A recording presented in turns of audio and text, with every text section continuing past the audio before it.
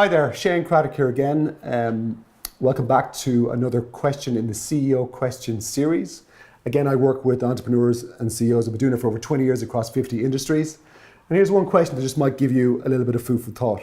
So again, linking it to a story. A few years ago, I was asked to meet with a very successful businessman, and we were introduced by a mutual acquaintance. Now, this guy was very, very successful and very, very wealthy. So in my mind, to be honest, Gollum, my inner voice, was kind of saying to me, what can you help this guy with? As it turned out, quite a lot. But the first meeting that we had, we were going through the standard stuff. And there didn't seem to be, from my point of view, anything where I felt he saw I could help, or even where I saw I could help him. But my intuition was telling me there was something that I should ask him. And I asked him this question. And it changed the dynamic of our conversation completely and ended up, I suppose, opening up into a body of work that was very good for me, very good for him, and actually we developed a very good relationship out of it.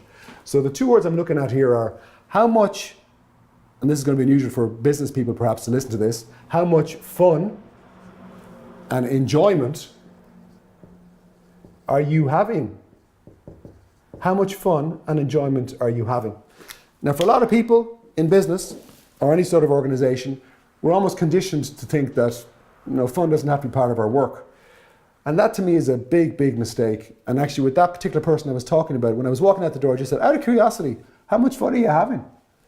And his whole demeanor changed because he just said, hold on for a second, let's go down here to a quiet room and have a chat. And he opened up and said that he actually hated his work, he hated his business, and actually he hated his life. He was having zero fun. A guy with more money than you could ever spend. Not an advertisement to me for success. But the good news was that at least he was open to admitting it. And once you admit you got the problem, obviously as you know, then we got a chance to change it.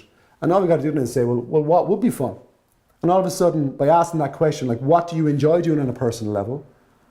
There was a list of about 7 to 10 things that he named straight off in the space of 2 minutes. I said, how many of those are you doing? None. Okay, well let's start building those back in.